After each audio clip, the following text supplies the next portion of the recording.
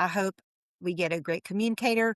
Caldwell is a great little town filled with so many wonderful, good people. We have a good school district. We have great civic organizations and just, like I said, good people. And I hope that the new manager can grow to love Caldwell like its hometown citizens do.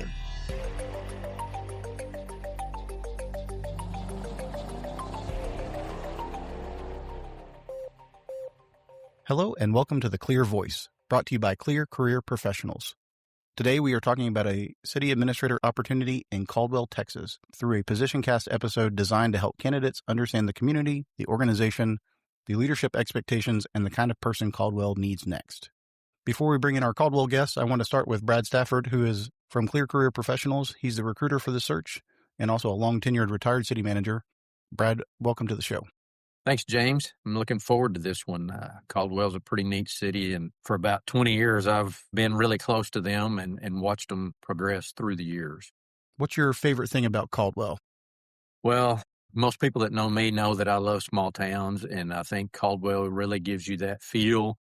They're not real large, but they're large enough to have some really fun things and good things to do. And, of course, who doesn't like a kolache?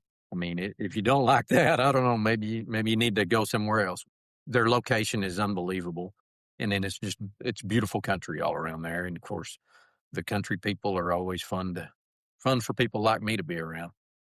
Well, I've never gotten the chance to try a Caldwell kolache. I've got West Texas just down the street from me. So I've had plenty of those. So maybe I'll have to come down and see who does it better. They're both good. And joining us on the show from Caldwell to talk about this opportunity is, as of the recording of this, the sitting mayor, Mayor Janice Easter, and Mayor-elect John Rychlik. Janice and John, welcome to the show. Thank you. Thank you. So we're recording this today, but tomorrow we're going to have council meeting, and Janice, you're going to cycle off, and John's going to be the mayor going forward. We appreciate your service to the city of Caldwell, and we're excited to hear more about you and John and the community and the organization. Thank you. Let's start with you, Janice. First of all, give us a little bit of your background, what you've been doing outside of government, and then what brought you into local government. So getting into local government began about 10 years ago. Caldwell is the kolache capital of Texas. And for 40 years, we have hosted a big kolache festival here in Caldwell, celebrating our Czech culture here. And the city is very effective in the success of that festival. So I was named festival chairperson. I said, I've got to go to the city council meeting to support the city, find out, from behind the scenes what we can do to make it better. And I went to my first council meeting. And at that time, I got home and I told my husband, I have to run for city council. So I waited a couple of years and put my name in the hat and was elected in 2020 to council. And then after encouragement from some citizens and city staff, I ran for mayor in 2022 and again elected in 2024. So I served a 2-term time as mayor of Caldwell. Well, that's exciting. And Brad, it sounds like we're not even pronouncing it right. We're both 100% Czech, and you don't say kolache, you say kolache. Kolache. I'll get that right. So bonus tip, if you come down and interview and you say it wrong, we clearly know you didn't listen to the podcast. You're out. Yeah. No excuses. And then 2, just for a tip, if it's got the sausage inside, that's not a kolache. That's called a klobasnik. It's still very good. It's good, but the fruit-filled ones are the ones called kolaches. I've learned so much already. I really appreciate that because I've been doing it all wrong. That's okay. Educational. And John, what about you? What have you done outside of local government and what got you into local government? I grew up here in Caldwell, and after graduating high school, I went off and saw the world. I followed where the job took me. That's where I went. And so I worked in probably 50, 60 countries throughout the world, lived in about 4 or 5 of those, came back about 2 years ago. Always knew I wanted to move back to Caldwell at some point in time and retire here. When I got to Caldwell, I remember having a couple of conversations with Janice at the time, and it was like, I'm not involved with city government, but whatever you need, just let me know, and I'm happy to help. I think everybody in Caldwell has worked on the festival at some point in some time. We had a good leader, and she took that festival and implemented new things that were quite exciting, and now passed the reins on to others that are leading that festival. And it's always exciting to see what's going to happen next. And this is your first time you ran as mayor? You haven't been on council before? I have not been on council. When I first moved back, I got involved with church organizations, with various civic organizations. Janice, before we started recording, you said that you had been mentoring John for a long time. So I'm assuming that as you come off and go back into the community, you'll still be helping him out. Absolutely. He sent me a text yesterday asking for something, and I said, well, let me dig for it. I found it. And then I also just let him know that one of the greatest things about being a mayor in a small town is you get the opportunity to not only meet all the new people, but visit with the residents who have been here before and jump right into all of the church projects, the community organization projects, your school projects. It's just been a fantastic time for me. A side story, I remember having a conversation with Janice about, I want to say it was 2017, 2018. Janice was managing the senior awards program back then. So we were giving away a scholarship. And so I went to the school where she worked to talk to her. And she said, I have to tell you something. I'm running for council. And I just got so excited about it. So I got to see the start of that, but also to see her career with the city was wonderful. We're very excited to see that. And I told you guys before that I'm going to send this to Congress, this PositionCast to Congress, to teach them how government should be. We should be able to have conversations and look out for the best of our community. And it sounds like you guys are doing the right things down there. So we definitely appreciate that. We're trying. John, when you were running for election, what issues did the residents most want to talk about? I think one of the largest, or one of the most popular, was how does Caldwell grow but maintain its small town feel? And that's always a nice little line that you got to follow. We want to make sure that we have the infrastructure that's in place, but I think the current council and mayor, they had a good long range planning in place. I hope the council coming forward, we're not going to tinker with that too much, but kind of add to it to where we continue the long range planning, but also be able to remain flexible enough to adapt to anything that pops into our world. And Janice, as your time as mayor comes to a close, what do you hope candidates understand about Caldwell? Let me begin by saying when I was elected mayor, the big topic in a small town is, when do we get an HEB?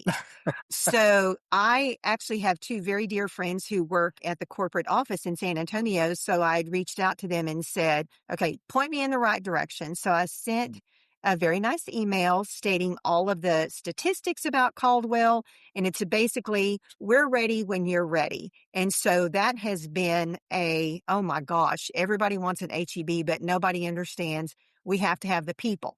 But you can't have an HEB if you still want the small town feel. So we're happy with all of the great little stores, boutiques. We have a chain grocery store. We have a Walmart. We have all of the things that there's so many other small communities across Texas that they don't have. And so we're very, very fortunate with that. Just to add on to that, just since I've been elected, and even before I've taken office, we had one grand opening last week. Mm-hmm. We just had an Ace Hardware that's open up. We're going to have the grand opening on Friday. So Caldwell is open for business, and we're doing it responsibly. The council is making sure that we have the infrastructure in place, and it's allowing the development to come in that the city can digest and not just growing for the sake of growing. Brad, did you ever see that in your time as city manager? I definitely had that. I had it where they wanted HEB, and 20 years into this, they finally have bought land, but that doesn't mean you're getting one yet. Right. And it's funny, to hear them talk about that. It's how people want all of the amenities of the large city, but to remain a very small city, To me, that makes the job as the city administrator a lot more fun because you are actually balancing and you're working with city council and the citizens to maintain that. Caldwell's downtown. Since you don't know anything about it, James, it is really a neat downtown, and it's got so much potential and so much opportunity for a tourist attraction for sure, but also for the locals to just have more stores, and it's a good way to bring people in, I'll tell you. We are a Texas Main Street city. We've been one for 15 years. So we've still got that accreditation going and working to recruit businesses downtown. We're thriving. Just walking over here to City Hall, I'm crossing the street and I stop in the middle of the street, and the head of the main street is parked at the stop sign ready to go. And so we're having this conversation right in the middle of the street. I'm not sure I would recommend that, but this is Caldwell. So I think that's what made me want to move back. The likelihood that somebody getting this opportunity is going to be moving in from somewhere. So what are the things other than what you're talking about already? I love the downtown thought. I need to come down and look at it because I love Texas small towns and especially the downtown areas. What else makes Caldwell feel like home to a candidate? I don't know, 25, 30 years ago, we had a gentleman who donated quite a bit of property inside the city limits, and it turned into our city park. And the city park has grown not just to a playground. It is soccer fields, softball fields, play area, covered cement slab basketball court, splash pad, walking trails, miles of walking trails. That park has been host to district and regional cross country meets for high school students.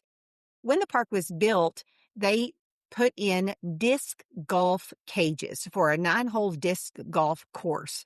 Well, a couple of years ago, randomly, someone from Texas A&M reached out to a council member and said, "Hey, I heard you've got this disc golf course and you want to come see it." Well, the city of Caldwell, in partnership with Texas A&M, built an 18-hole disc golf course here in Caldwell, which is host to several tournaments throughout the year, bringing a couple of hundred people at a time. Didn't even know disc golf was a thing. And the Texas A&M golf team is trying to get this golf course known as the SEC Championship Course. So I think that's pretty cool that the SEC would think enough of Caldwell, Texas, and our great little disc golf course to make it their championship course.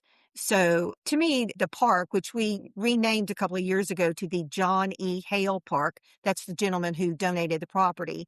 I just think it's amazing that our little town has such an amazing asset for families, for youth sports, for pickup basketball games. And then too, we added pickleball courts a few years ago. And that's all the rage in the community. So also around the country. So I think the park is one of our biggest assets. But to me, what really makes our community is the people. And we can talk about that later. Not only the parks that we have here, but you mentioned before the Kolach, the festival that we have. It's not just a one-day event. It's a whole weekend of celebration, not only of the heritage, but you have people from all over. I mean, we're a town of 4,000 to 5,000 people, and you have 25,000 people coming into Caldwell on that one weekend. But then for a local feel of it, I know Janice and the Main Street folks set up a concert on the square during the summer. So every second Saturday of the month in the summer, we have it's usually a country band coming in because a lot of folks wear boots, but we have a variety of music bands that come in. And you think of almost Mayberry with the town, the band hut that's out in the middle of town, but it's not. It's they come out, they play. It's a relaxing time. You'll have some food vendors out there, and it's, especially on a hot night, it's nice to just kind of relax out there. And you got your neighbor here, probably some that you haven't seen in a couple of months, and it's just visiting. The first year that I came back and got to experience that, it was like I made the right decision in moving back. So another thing about with the concerts, it's free family fun, we call it.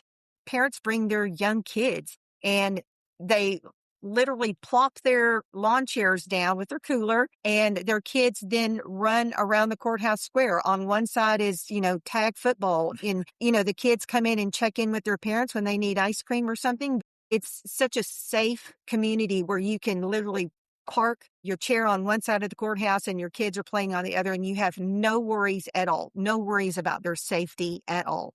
It is a fun family event. Caldwell is a safe community where you can let your kids run around.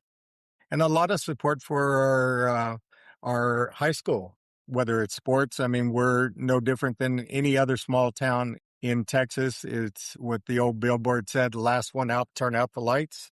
We have big support for all of our local teams, our local groups. I just saw in the newspaper, I think it'll be this week, 6 band scholarships are going. It's very active, and the community has always been supportive of our school groups. John, you mentioned the Kolach Festival, so I did want to ask more questions. I think you covered them all, except what's the town's favorite flavor, and then what is y'all's favorite flavor? Mine is, well, it's a cross between prune and cottage cheese, but that's because my grandmother used to make them, and we would go stay with her during the summer, and she would always have them up there, and of course, my metabolism was much better back then, so I could swallow them whole, but those would be my favorites. I think the community's favorite is cream cheese. That's a local favorite. But my dad used to grow poppy seed. As a matter of fact, there's a great picture of our dads together. Poppy seed is a very difficult little plant to grow. He grew the poppy seed that then was used in a lot of award-winning kolaches.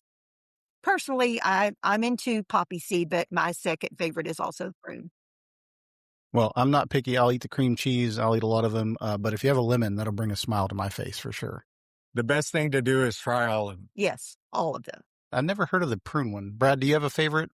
Apricot. Oh, that's a good one too. I love apricot. Good choice. I heard somebody say once, I've never had a bad one.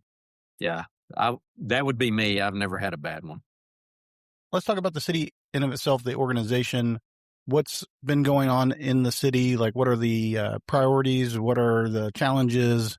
What do we have coming for us? And what are all the good things going on inside the city's organization?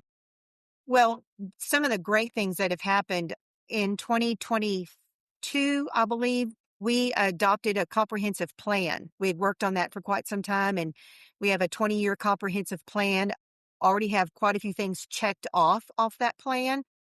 In 2024, we spent about 9 months working on updating extremely outdated codes and ordinances because we had so much growth coming at us with basically subdivisions wanting to come in, and we needed something consistent that applied to everybody, that involved infrastructure.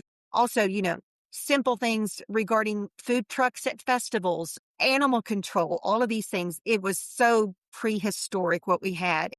We had an employee here that worked very, very hard on that and getting us with updated codes and ordinances that are typical of other small towns and even cities in the state of Texas.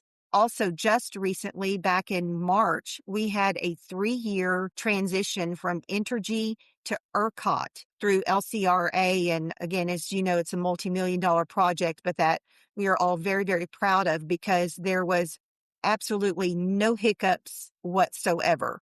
Caldwell is moving in the right direction. We've got several new subdivisions that are being started or waiting for a few more things to get going, and anticipated anywhere from 700 to 1,000 homes being built here within the next 7 to 10 years.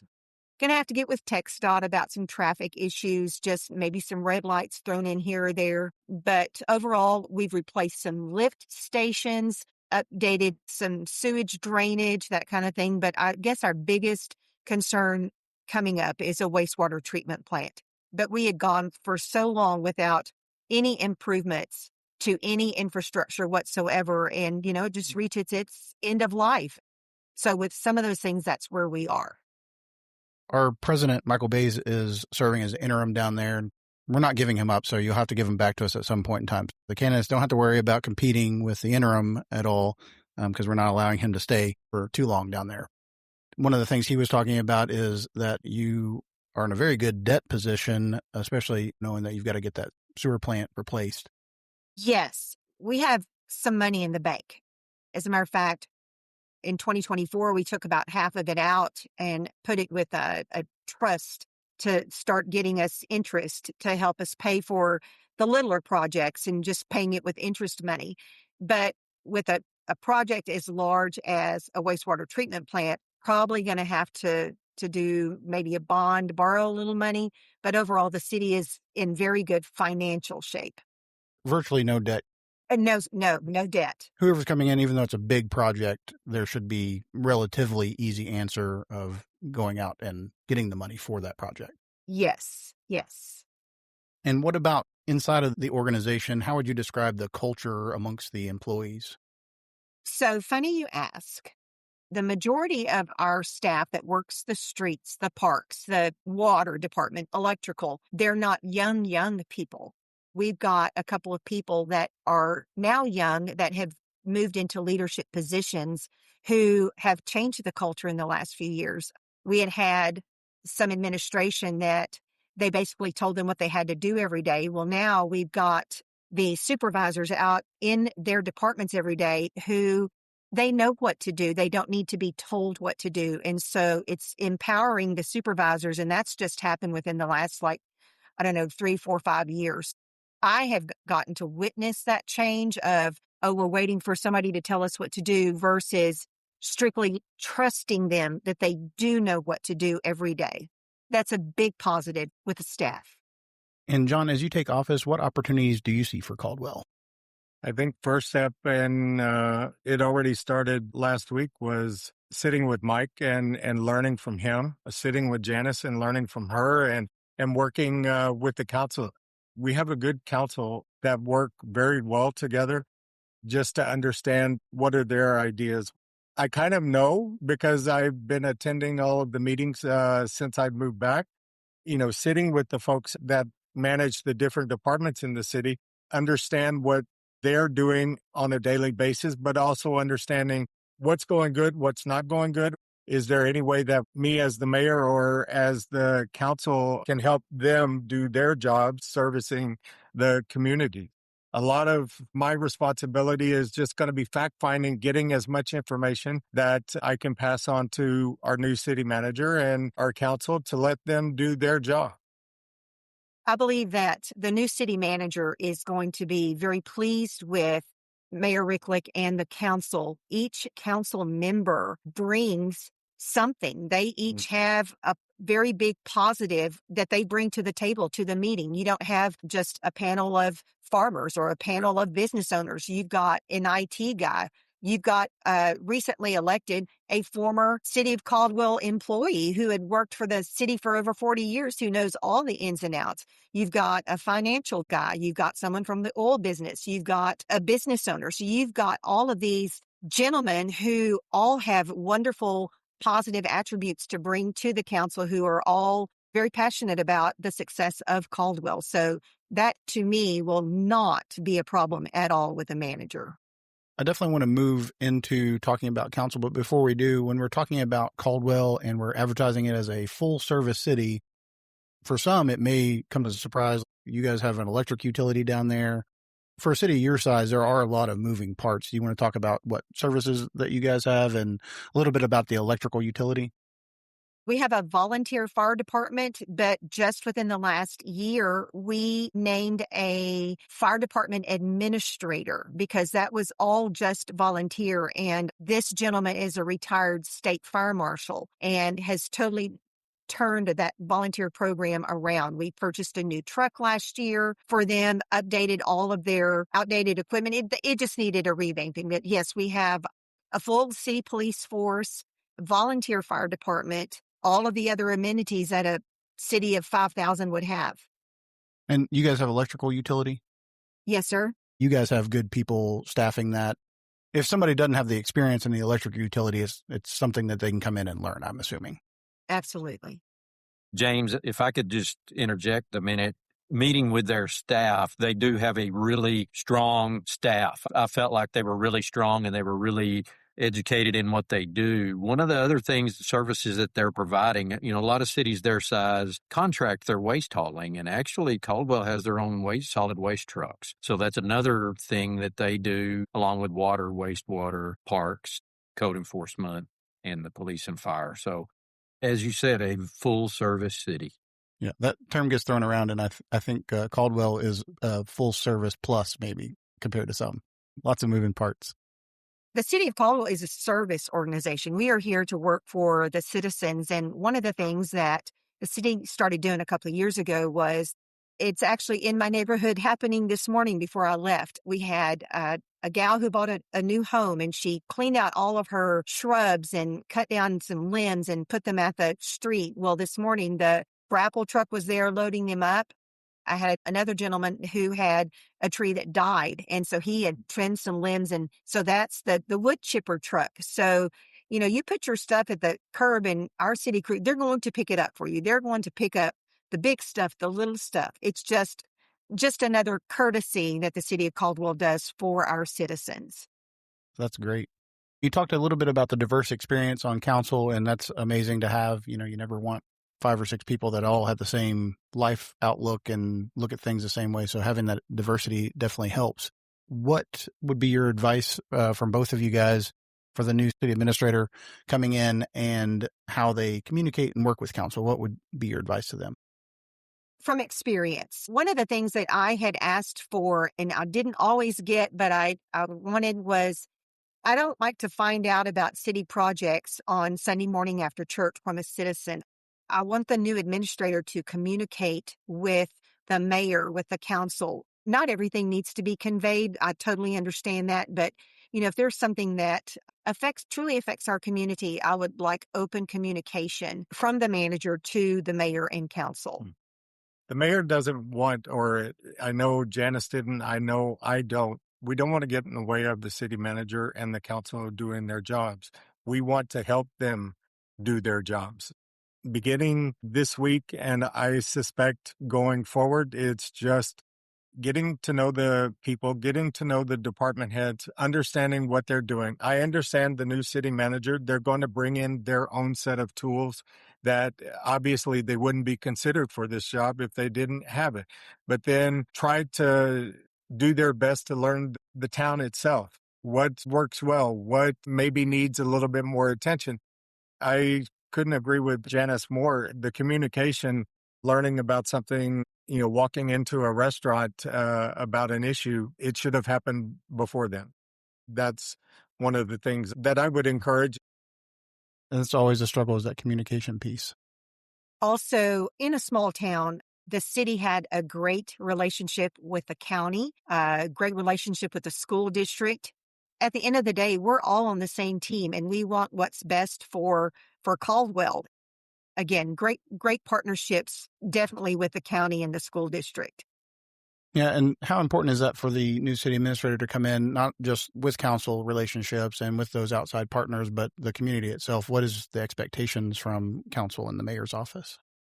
I would expect the new city administrator pretty much to do with those outside groups pretty much what I think I'm doing right now, is sitting there developing, getting to know who are the players that are involved.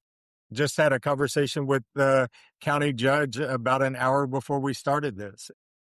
I knew who he was, but it's just a matter of getting him comfortable with me getting comfortable with him as well. Setting up meetings with the chamber manager, understanding what they do, what she does, and how we can support that from our side. Once we develop those relationships, then we would know how to be able to support or help or take the lead in whether it's giving support or asking for it. Brad, what is your tactic when you're coming in somewhere new, like an opportunity like this? How do you form those relationships? What do you do like in the first 30 days to support that? Yeah, I think it's a great opportunity to just get out and meet people, join into their activities, go meet with all the civic clubs, go meet with the superintendents of the schools, the county judge, chamber director, all of those people. And I think it takes a lot of effort to get out and build those relationships, because your city council and your mayor have those relationships, and you as the newcomer have to come in and build that trust and build that relationship, not only with your council, but also with your community. And that'll help you to go a lot further in this organization, but also in the career in Caldwell, any city for that matter. And not just try to do it all on your own. I mean, the council and the mayor and the whole city staff is there to help the new city administrator do their job and do it well. Caldwell is much better when we're all working together and we all want each other to succeed. I know that sounds a little fluffy, but it's true.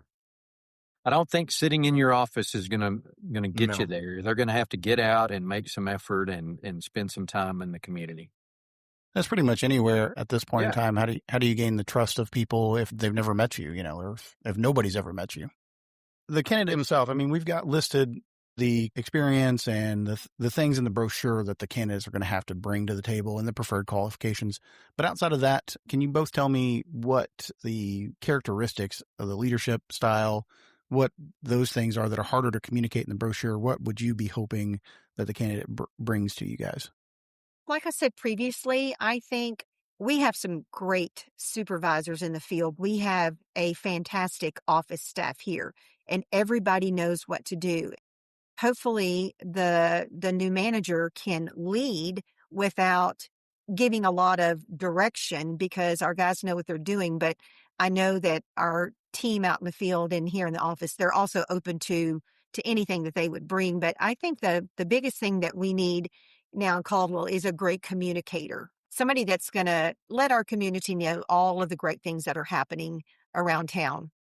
One thing that in my previous life in the corporate world, whenever I would interview for a position or have people come in interviewing for positions, everybody had the same pretty much experience, same assets that they bring. But one of the things I would look for, and it's not easily teachable, are the soft skills. I mean, from the standpoint of listening. Half the time when, the citizens or the department heads or all up and down the chain, whether it's the community, business owners, anybody, they want to be heard. So I would like to continue that and would look for someone that would be focused on making sure that happens and brings that to the table.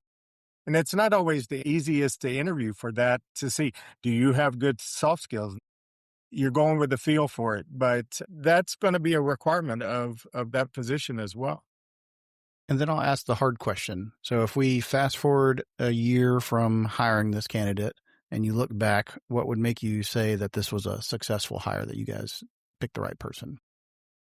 That we're not having this, we're not doing another PositionCast. PositionCast. Right. No. Starting a new job is never the easiest. We want to be able to try and facilitate that as best we can because it's not always easy coming in to a new place, especially a smaller town where you have a established group of citizens that have been here for generations. But then we have this nice mix of, I refer to as newbies that have moved in within the last 2 years, 5 years, 10 years. And so I think we have a nice mix there. Like you said before, not sit in your office. You're not going to learn anything by updating email. Get out there, get to understand what folks do, how that person could support, but then also what has worked in other places that our candidates or our new hire is going to bring, and see if there may be things that can work here in Caldwell that worked in other places. I'll be a citizen at that time, just a citizen. And I'm just hoping for the same. I hope we get a great communicator. Caldwell is a great little town filled with so many wonderful, good people. We have a good school district. We have great civic organizations and just, like I said, good people. And I hope that the new manager can grow to love Caldwell like its hometown citizens do. Brad, can you give us all the details about where candidates can find the job brochure, how they would apply, and what they should do if they have questions about the role that we didn't answer here? Sure. They can go to the Clear Career website, or they can go to our LinkedIn pages, as well as, I believe, on Facebook, and gain more information. They can also call me if they need to call me. My number is on the brochure, but also will be on those same locations. I do want to touch one thing that they talked about. After interviewing so many of their staff and all of their city council, communication was a big key. Modernizing processes was another one. They've started that process. They want to continue to do that. So there's a lot of opportunity. Economic development, there's a lot of opportunity in economic development with the city and with the growth in the subdivisions. To me, this is a great opportunity for anyone who wants to come in, really make a difference in a little community that is really growing, that really supports their city administrator. That's awesome. And can you tell us, for candidates who've never applied through Clear Career Professionals, what differentiates us and how we handle recruitments from the applicant side? Yeah, so I think that's what's best about us. One, you're watching it right now. This is a very unique experience where we get to have a conversation with the mayor or mayors in this case, but also our care of the applicants themselves. You get weekly phone calls and updates from our company. We stay in contact with you all through the process. You get personal phone calls when you're selected or not selected. We really take pride in taking care of not only the city, but also of all the candidates. The unique part is your recruiters are former city managers, so we know how it feels. We know what it's like. Or in other cases, we may be police chiefs or other things. But, for these recruitments for a city administrator, city manager, we're all retirees who have lived that life for many years. And so we understand, and we also understand what they're looking for, both as a candidate, and we spend the time with the city itself. So I think it's a really smooth process that goes really well. And the candidates that I've spoken with really enjoy the fact that we do have the personal touch. You wouldn't think being candidate focused would be a unique thing, but it sometimes feels like we're one of the few that focus on that and pay attention to it. Yeah. Before we close, I want to give everybody a chance to have a final word. Brad, what most excites you about this recruitment? Well, again, I think that there's so much opportunity in this city with their growth, with their economic development, the work on infrastructure. They've got a lot to plan for with the growth that's coming. There's just so much there. But the unique piece, again, I think the mayor's touched on it, the people. The people in Caldwell are really good people. Their city council really cares, really wants to do a good job, and wants to make sure that the citizens understand what's going on and not keep anything from them. And then the staff, you've got a great professional staff that comes in every day and tries to do their best to serve those citizens. And I just think that there's a lot of up for Caldwell right now. And as a new city administrator, I bet there's some good kolaches out there for them to try. You have to work on the pronunciation, though. I got to work on that. Is there anything else that we missed, Brad? I really want to thank the two mayors. I'm like you. This is a unique opportunity to have the outgoing and the incoming mayor in at the same time, and to see their camaraderie. That should let people know that this is a great place to go. And just a small correction, I will not do this ever again, correct Mayor Easter, but she is never and never will be just a citizen of Caldwell. So, impossible in the best form of the word. Well, Mayor Easter, when you're thinking about everything that we talked about today and these candidates that are listening to this and potential candidates that may not even be thinking that they're, wanting to change jobs, but maybe starting to change their mind and hearing all these good things, what do you want to leave them with? Not sure if they've looked at a map, but Caldwell is about smack dab center of the Texas Triangle. So we are positioned.